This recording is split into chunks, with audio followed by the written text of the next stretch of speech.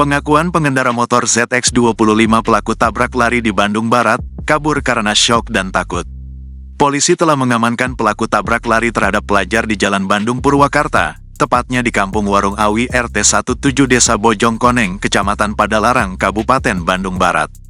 Pelaku yang berinisial GG 33 tahun ditangkap pada Minggu, tanggal 21 April tahun 2024.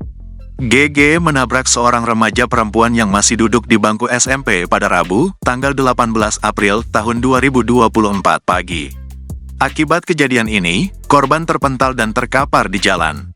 Bukannya menolong, pelaku GG malah melarikan diri. Kanit Gakum Satlantas Polres Cimahi Ibda Bayu Subakti mengatakan pelaku yang saat kejadian mengendarai motor ZX25 itu diamankan di rumahnya di Kota Bandung. Saat ini pengendara motor itu masih dilakukan pemeriksaan dan kita masih melakukan penyelidikan dengan memeriksa saksi-saksi, ujar Bayu saat ditemui di Mapolres Cimahi, Senin, tanggal 22 April tahun 2024. Bayu mengatakan pengendara motor tersebut diamankan setelah pihaknya melakukan penyelidikan. Sementara dari hasil pemeriksaan, pelaku kabur karena setelah menabrak anak tersebut yang bersangkutan syok dan takut lalu melanjutkan perjalanan, kata Bayu.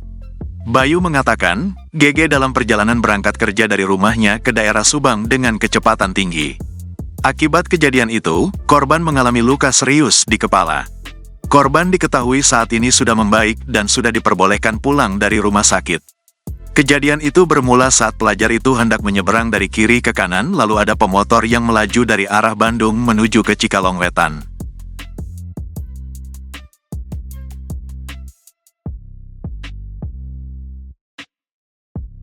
Download Tribun X sekarang, menghadirkan lokal menjadi Indonesia.